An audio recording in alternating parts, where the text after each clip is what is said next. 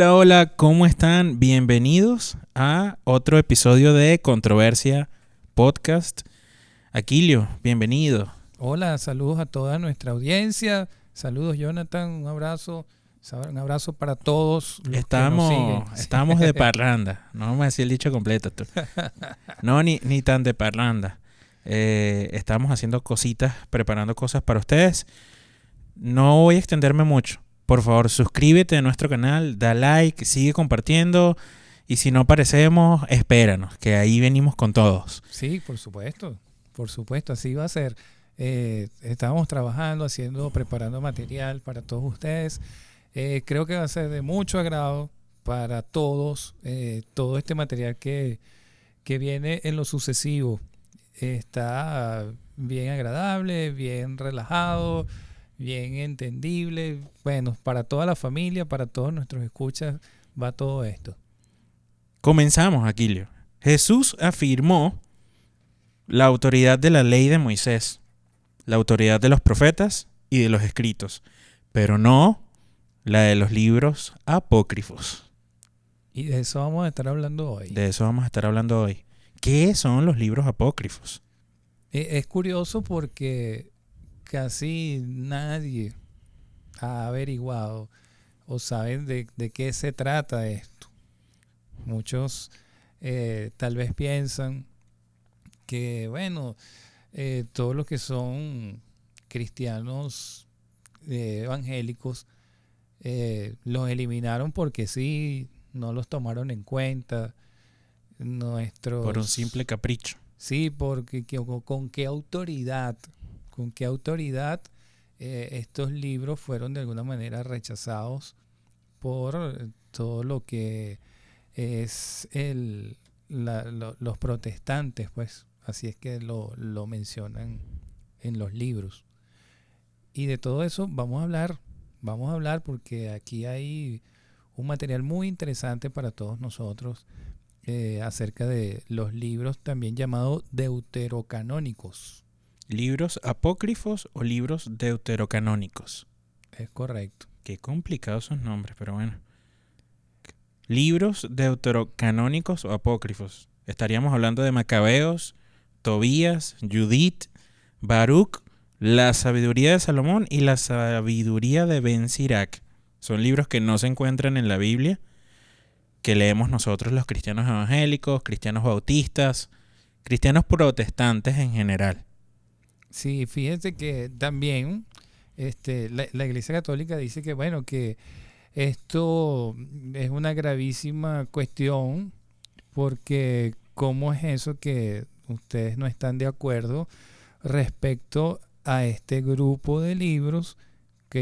¿Con qué criterio, Jonathan, ustedes determinaron de que estos no formarían parte del canon aceptado por la Iglesia? ¿Cómo se hace en ese caso?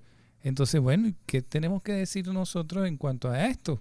Es decir, para ellos es una absoluta controversia que el protestantismo haya eliminado o no haya tomado en cuenta los libros apócrifos. Y además de ser una controversia, es algo que les causa indignación. Sí. Y que fue motivo de muchas luchas muchos años atrás.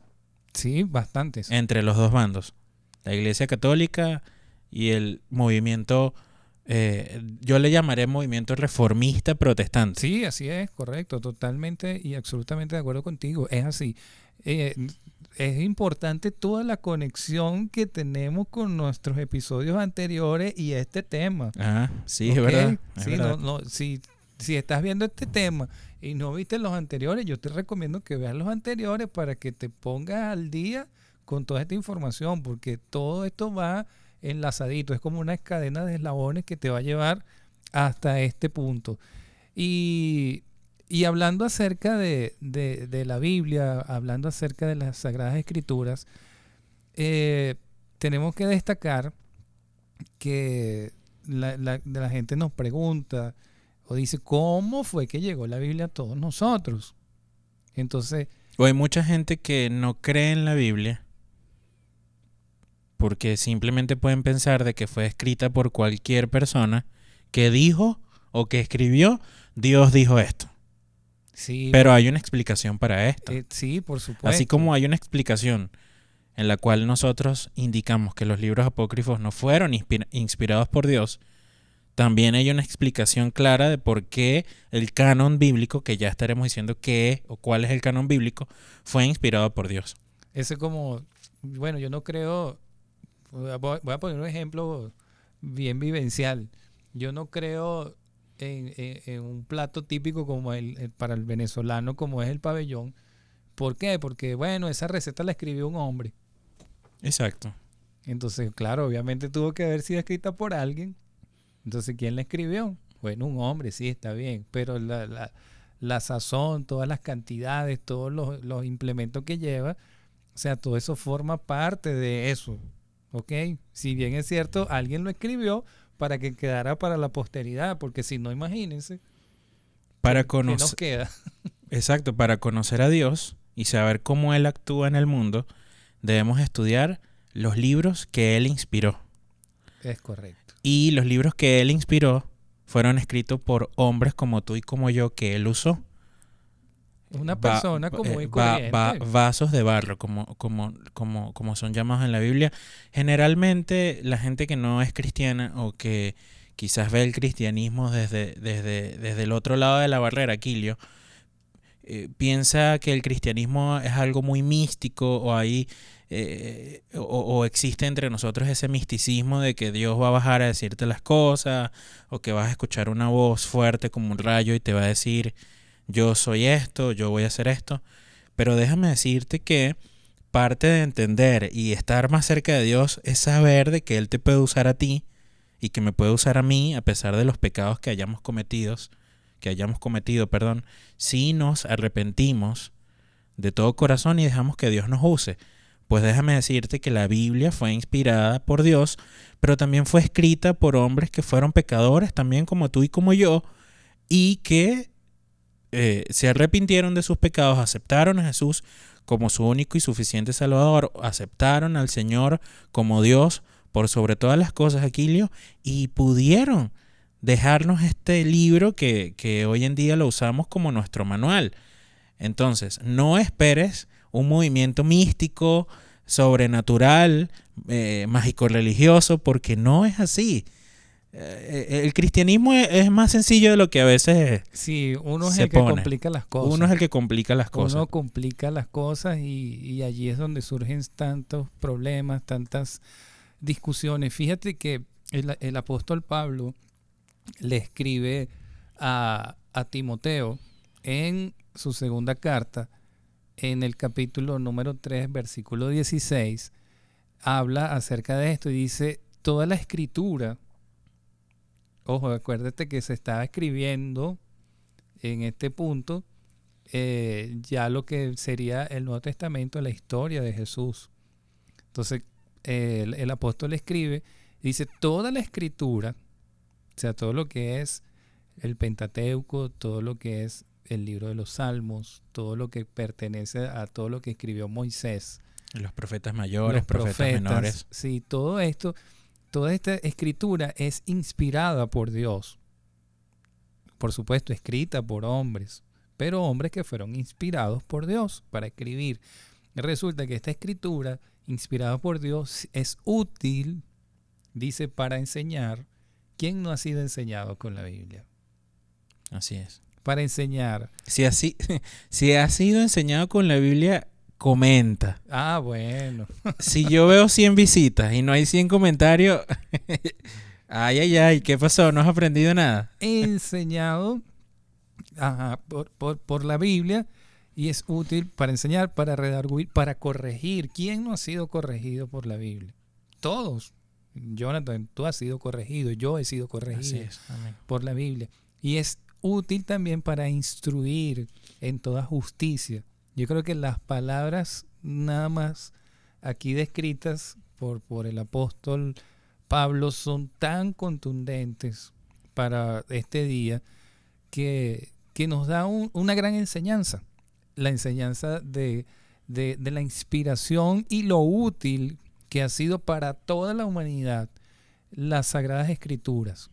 hombres, profetas, hombres que fueron llamados por Dios para ser inspirados.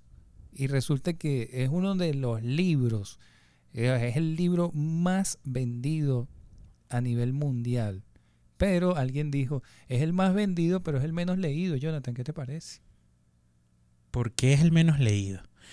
¿Quién inspiró ese libro más vendido y menos leído?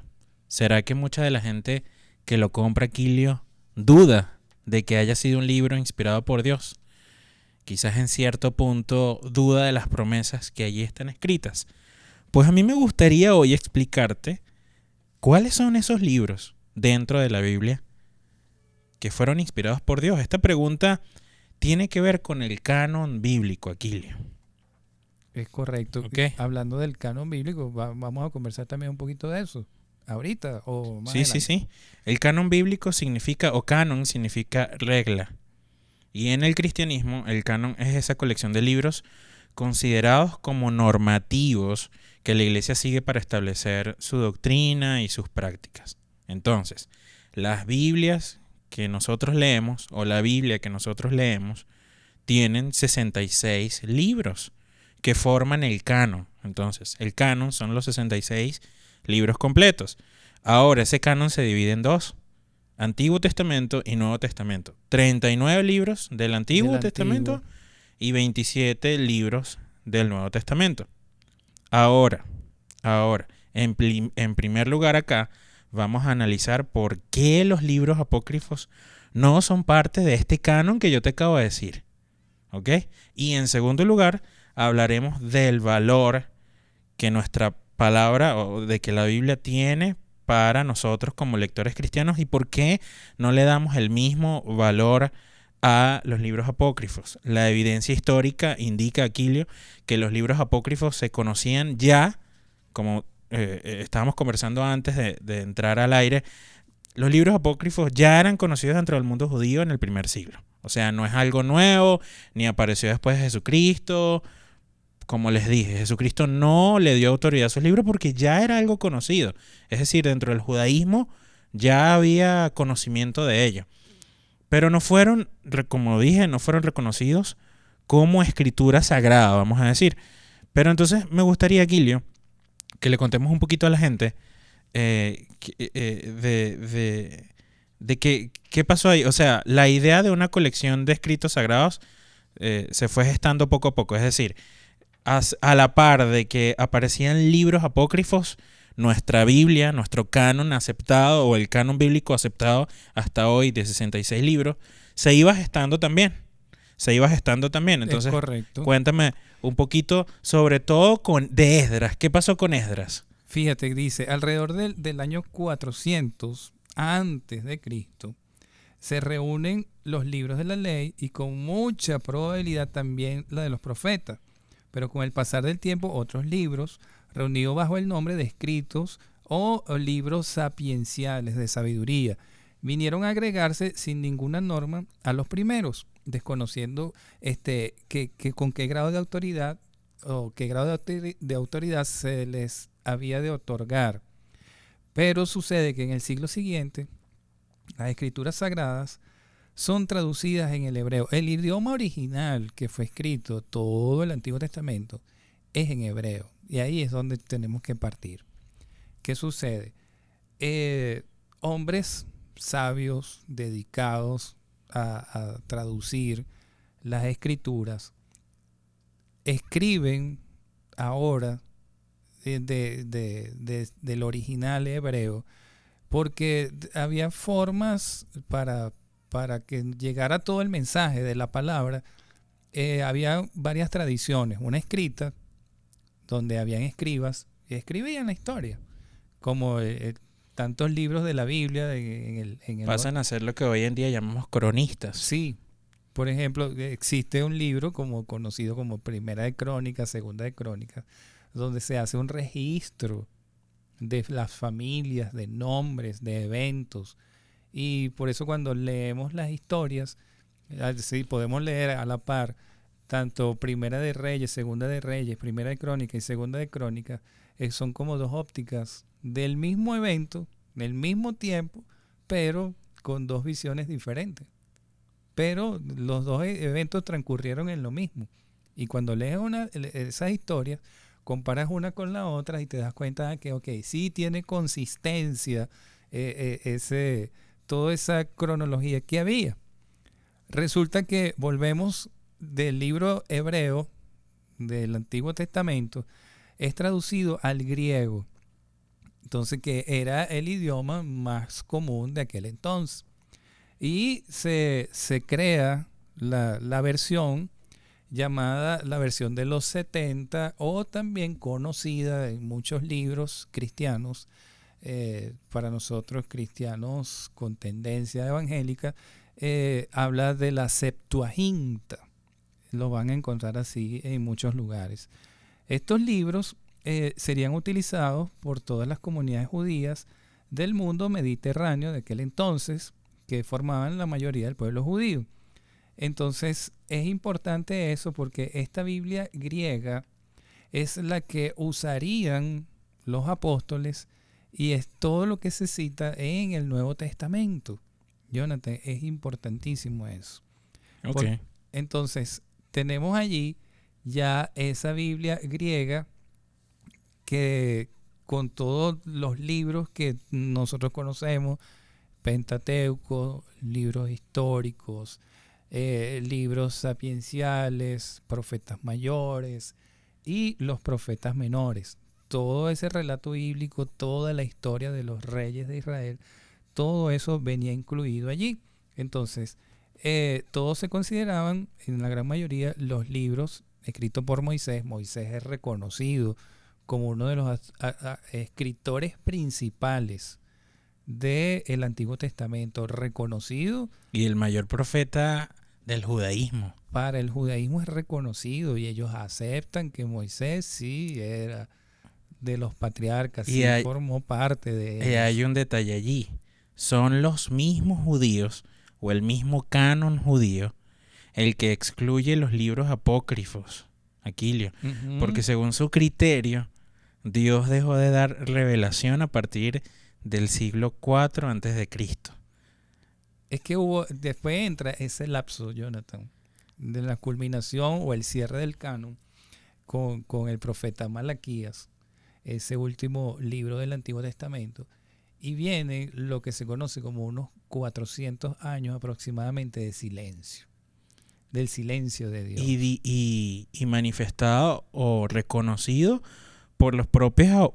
esto es algo que me causa risa, porque generalmente cuando hay afirmaciones en contra del protestantismo, es decir, tú me dices como cristiano evangélico, mira, la luna es redonda porque yo la estoy viendo redonda, pero resulta que yo te digo, no, está de media luna, y sabes, la solución es tan sencilla, tan sencillo como que reconozcas que te estoy diciendo que es redonda. Y yo te digo, es más, vale, ¿sabes qué? La verdad es que a mí me gusta la luna de media luna. Y yo te digo que es media luna porque a mí me gusta de media luna, así está redonda. Y punto. Y tú te quedas así como que, ¿qué pasa? ¿Por qué te digo esto? Porque en Macabeos capítulo 9, ¿ok? Ellos reconocen que los libros apócrifos no fueron manifestados por Dios, porque ya no había más revelación en esos días. Fíjate que aquí Macabeos 1, o primera de Macabeos, capítulo 9, versículo 26 y 27, dice, estos se pusieron a buscar y descubrir por todas partes a los amigos de Judas, y se los llevaban a Báquides, quien se vengaba de ellos y los insultaba. Fíjate en el 27, fue un tiempo de grandes sufrimientos para Israel, como no se había visto desde que desaparecieron los profetas. Es decir, estamos ante la escritura de un libro en el tiempo donde ya los profetas habían entrado en ese periodo de silencio. Es decir, esto se resume en que no fue un libro inspirado por Dios. Yo lo llamo, o lo llaman también los estudiosos, libros de historia. Libros que cuentan historias que sí ocurrieron, porque no se van a negar. Necesariamente, eso no lo puedo negar. Necesariamente no estamos diciendo que fue mentira lo exacto, ese es el punto, porque aquí hay que aclarar eso. Yo no estoy negando de que ocurrieron esos eventos, porque inclusive dentro de esos libros habla de la historia de Alejandro Magno. Que fue, de hecho, para mí, uno de los personajes históricos más importantes. Entonces yo no puedo decir que no existió, pero fíjense que ellos están contando, es una historia que la agregaron o la incluyeron en ese periodo de esos 400 años, que es conocido como el silencio de Dios. Y la Biblia tiene libros históricos para los que dicen, bueno, pero la Biblia es un libro de libros históricos. Sí, pero como Aquilio nos contó al comienzo con 2 de Timoteo 3:16, la escritura fue inspirada por Dios, pero yo voy a cambiarlo aquí, Aquilio. La Biblia es un libro de historias inspirados por Dios, pero con la particularidad de que no es un cuento solamente, Aquilio, no es una historieta.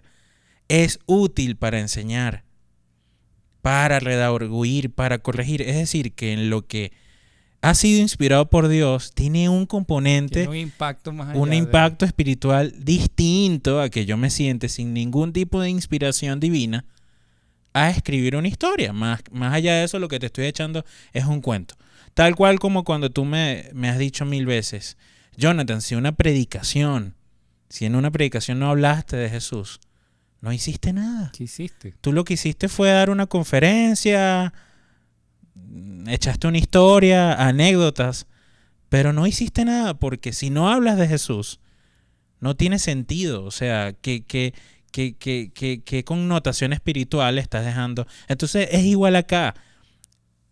Los 66 libros de ese canon que nosotros defendemos fueron libros inspirados por Dios que van a producir en ti un impacto espiritual basado en las promesas y en todo lo que Dios quiere decirte allí.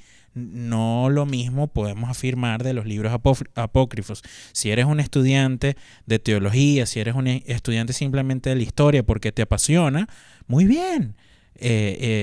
Son libros que quizás te pueden dar el componente histórico que te hace falta o que necesitas, pero no lo vendas como inspiración divina, porque no lo es.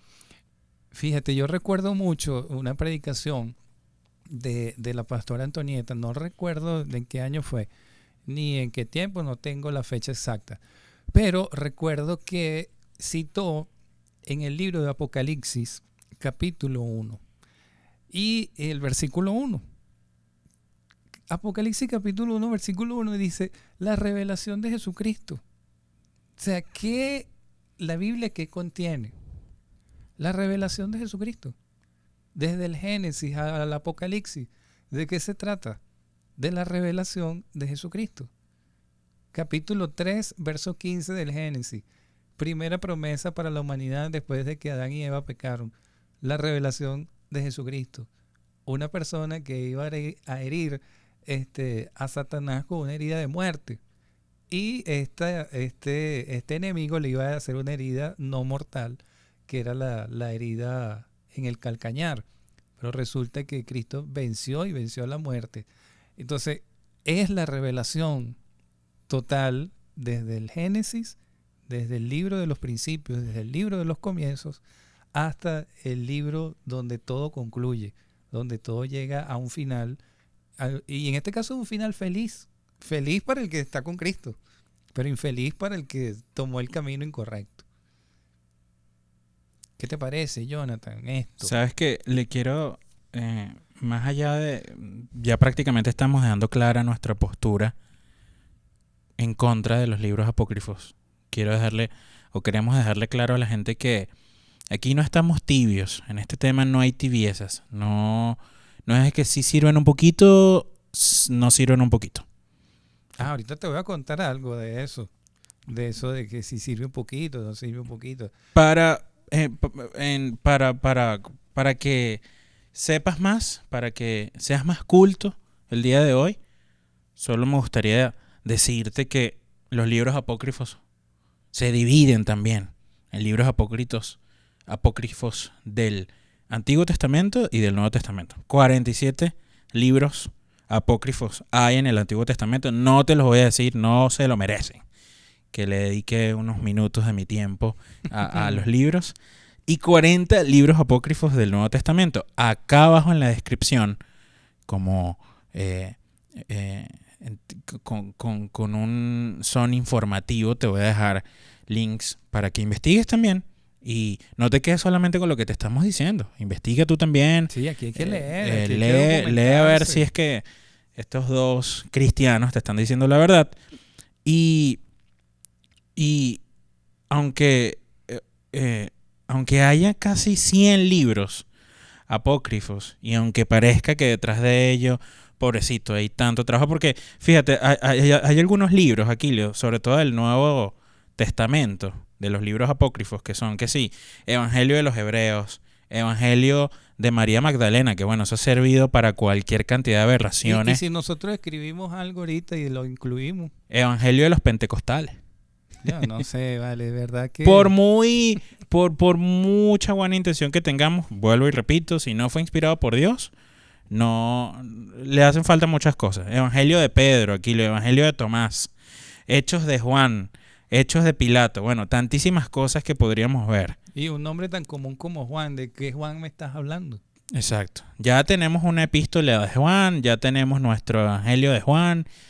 Dejemos los inventos. No aceptamos los libros apócrifos.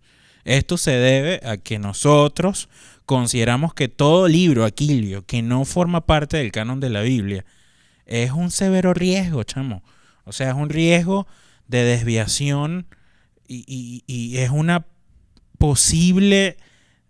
No, es un posible riesgo para que la gente confunda la doctrina. Es muy importante eso que acabas de mencionar. La Ahora, doctrina. perdón, como dijimos al principio, esto no significa que los rechazamos por completo. Ya dejamos claro qué puedes hacer con los libros. Pero nosotros reconocemos que esos libros, que esos documentos contienen una información que nos ayudan a comprender. ¿Sabes qué nos ayudan a comprender, Aquilio? Las desviaciones doctrinales. Las herejías, sí, las fue que empezaron herejías a meterlas. que hay y que han existido históricamente. Para eso es que te sirve. Si quieres estudiar de dónde se han inventado tantísimas cosas que no han sido escritas, que no fueron escritas, sí, porque Oye, el papel ¿verdad, aguanta, chico? el papel aguanta todo. Ya te voy a mencionar dos para que también todos nos documentemos y lo podamos ver.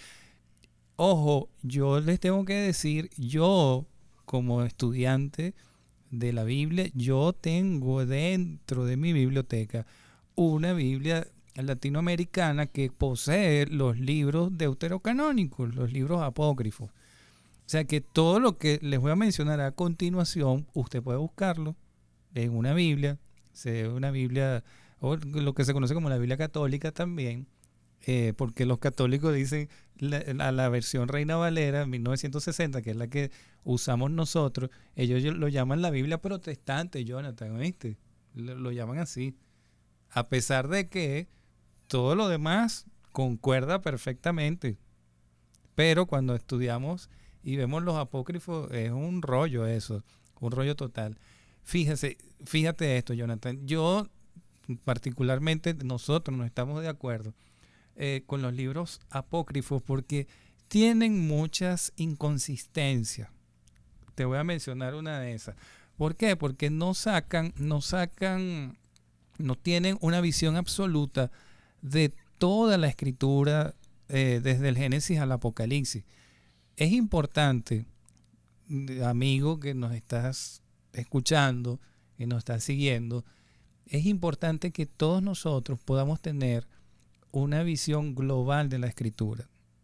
Y eso creo que es lo que ha causado mucho daño en muchos cristianos, en muchas personas que con las mejores intenciones quieren enseñar, quieren de alguna manera proclamar el mensaje, pero debemos, o sea, un cristiano, Jonathan, debe, como dijo alguien y lo leí en una oportunidad, un cristiano por lo menos anualmente debe leer toda la Biblia desde el Génesis al Apocalipsis en un año.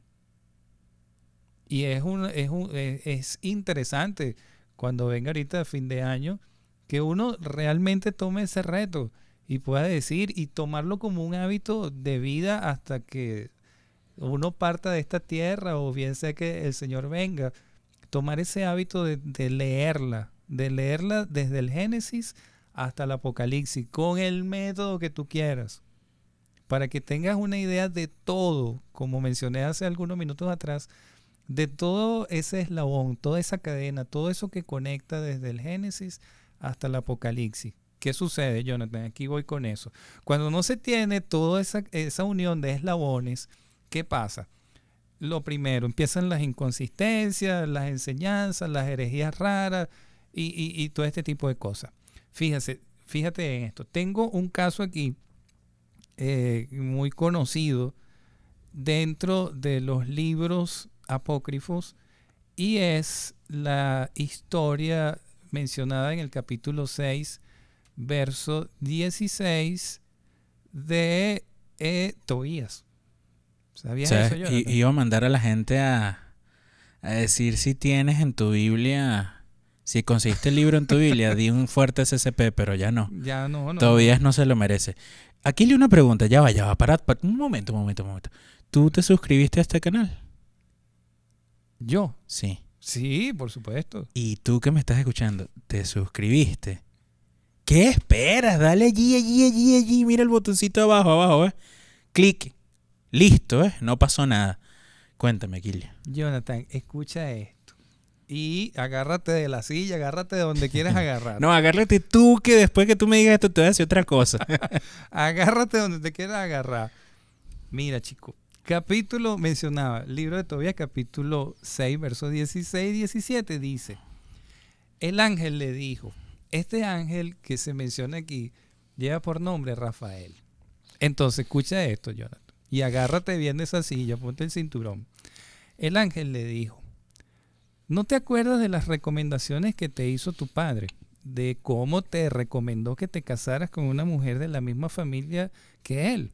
Escucha, pues, amigo, no te preocupes, presta atención, por este demonio y pídela.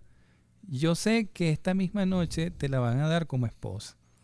Pero cuando entres en la habitación nupcial... ¿Quién está hablando ahí?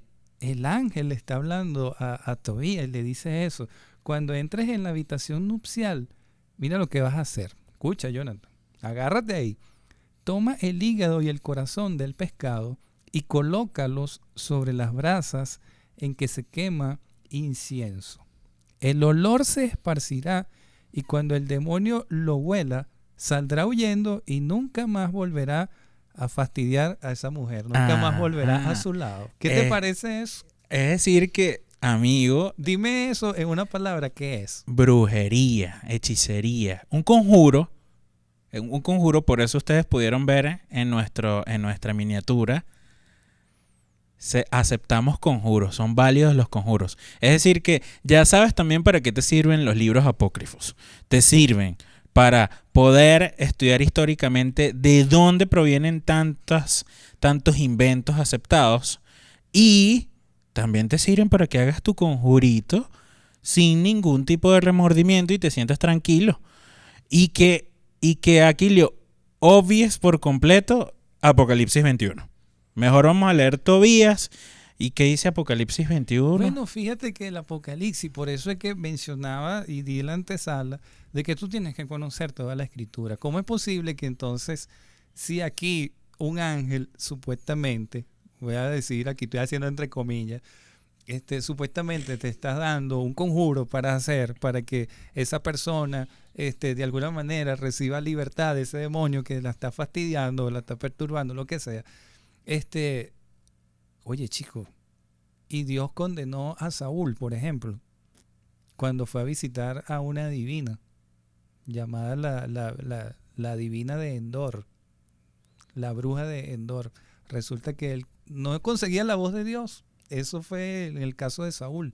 Rey Saúl, primer rey de Israel. Resulta que fue a consultar a una divina, Jonathan. O sea, Dios dice sí, luego no, luego sí, luego no. Entonces, no. Dios de alguna manera ya estaba rechazado por completo Saúl. Y esto fue como que, bueno, la gota que derramó el líquido del vaso. Aparte, Y sumando eso, vamos a lo que mencionabas, Apocalipsis 21, que dice que ni siquiera los brujos ni los hechiceros, ninguno de ellos heredará el reino de Dios, el reino de los cielos. ¿Sabes qué? Entonces nos tenemos que borrar ese versículo de allí porque entonces... Porque Tobías lo dice, ¿vale? El ángel, ni siquiera Tobías, el ángel. El ángel le dijo a Tobías. Eso sí es una verdadera herejía y no como al pobre Martín Lutero, como dijimos en unos episodios atrás, querían y lo estaban persiguiendo como Palito de Romero para guindarlo. Ok, Jonathan, ahora te tengo otra. Imagínate. Sí, tengo una segunda, ¿no? Siéntate ahí. Bueno, o sea, tienes dos de muchas que de seguro hay. Refréscate ahí y oído al tambor, como decimos en Venezuela. Escúchate redoble. Tobías capítulo 12, verso 9. Miren lo que dice. Presten atención. Dice: dar limosna salva de la muerte y purifica de todo pecado. Los que dan limosna gozarán de larga vida. Bueno, aquí vamos a poner: se recibe limosnas navideñas para poder comprar los regalitos aquí. ¿Qué te parece? Bueno, yo por ahí leí, estoy preparado para las compras navideñas, nada más me falta el dinero. Bueno, aquí se acepta limosna. Usted tiene larga vida y yo tengo mis regalos. Ya estoy preparado para comprar, solo me falta el dinero. ¿Quién dijo eso? Tobías, hermano, léete Tobías. Bueno, pero fíjate, volviendo al contexto de este versículo, Jonathan, de este escrito, dar limosna salva de la muerte y purifica de todo pecado. Ahora yo me pregunto, querido amigo que nos sigues a través de este podcast, ¿cómo queda entonces el sacrificio de Cristo en todo esto? Escribió el apóstol Juan en el capítulo 1, versículo 7, 8 y 9, donde habla que la sangre, si tenemos comunión los unos con los otros, dice, la sangre de Jesucristo nos limpia de todo pecado. Pero ahora resulta que leemos aquí, Jonathan, que la limosna purifica todo pecado. Entonces... me recuerda a las indulgencias de... Jonathan, eso es, papá. De ahí fue donde salió eso. Y tanta gente engañada. Ahí fue donde salió eso, entonces, hermano. Lo que aquí, ya sin jugar y sin risita, porque aquí se cumple lo que conversábamos, o lo que te dije, Aquilio, me parece que los libros apócrifos, por muy ingenuos que parezcan, fueron una inspiración satánica, por la cual incluso en la Edad Media, antes de la Reforma, ya habían dos bandos enfrentados, los bandos que defendían la verdad y nuestro canon bíblico inspirado por Dios, y un bando que defendía a Aquilio,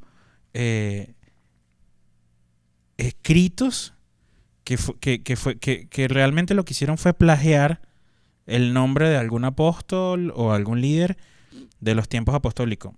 Es decir, ¿qué considero, Aquilio? Que una de las razones fundamentales por las que el Espíritu Santo guió a sus ministros a definir el canon sagrado fue porque había o porque iba a suceder que iban a aparecer embates, Aquilio, feroces de fuerzas enemigas en contra del cristianismo.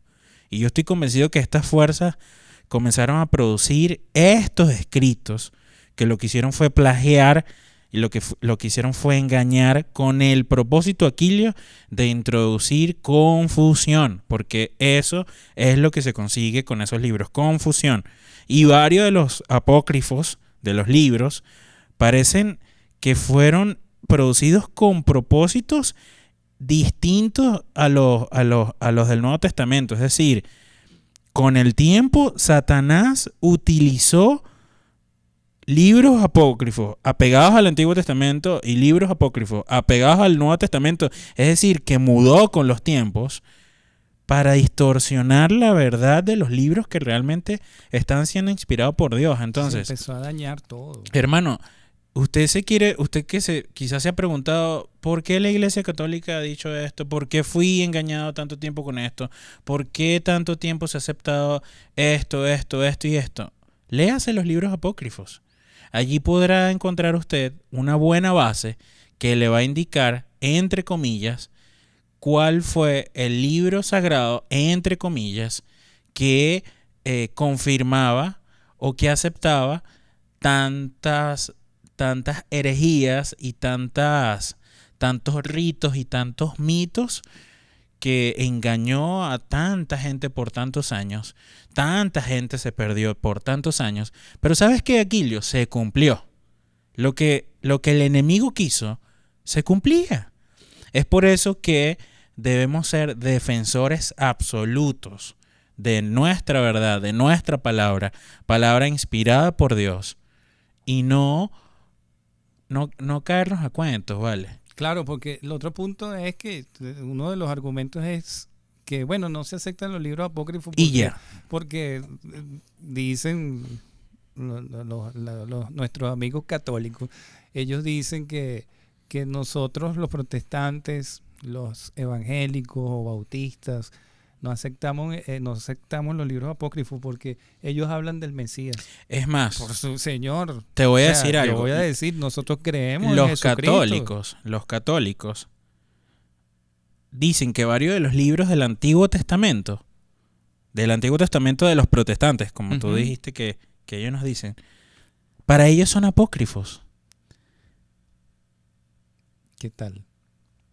Fin de toda controversia. Mira, y volviendo al primer versículo que mencionabas al inicio de este programa o de esa reflexión, Cristo no siempre citó, y como dice la Escritura, ¿de qué Escritura estaba hablando? De todo el Antiguo Testamento. Imagínate, del Antiguo Testamento, que la Iglesia Católica dice que son libros apócrifos. Si el mismo Cristo habló, bueno, pero los profetas no hablaban de mí.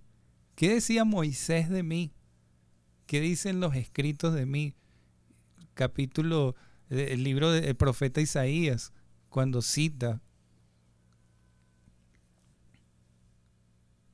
No, que cerraras. Continúa, yo lo pego. Quedamos cerrando. Estamos en el 45 ya. Continúa.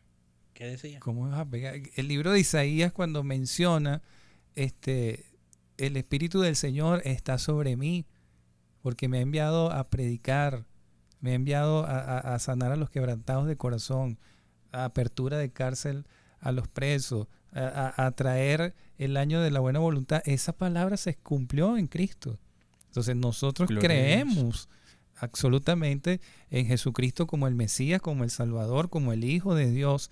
Y debo mencionar aquí, ya finalizando, segunda de Pedro. El apóstol Pedro escribió en su segunda carta, segunda de Pedro, capítulo 1, verso 21, él menciona y dice lo siguiente: porque nunca la profecía, la palabra de Dios fue traída por voluntad humana. O sea, no fue que yo me senté y quise escribir y escribir y escribir, no, sino que los santos hombres de Dios, hace ese énfasis, los santos hombres de Dios hablaron siendo inspirados por el Espíritu Santo.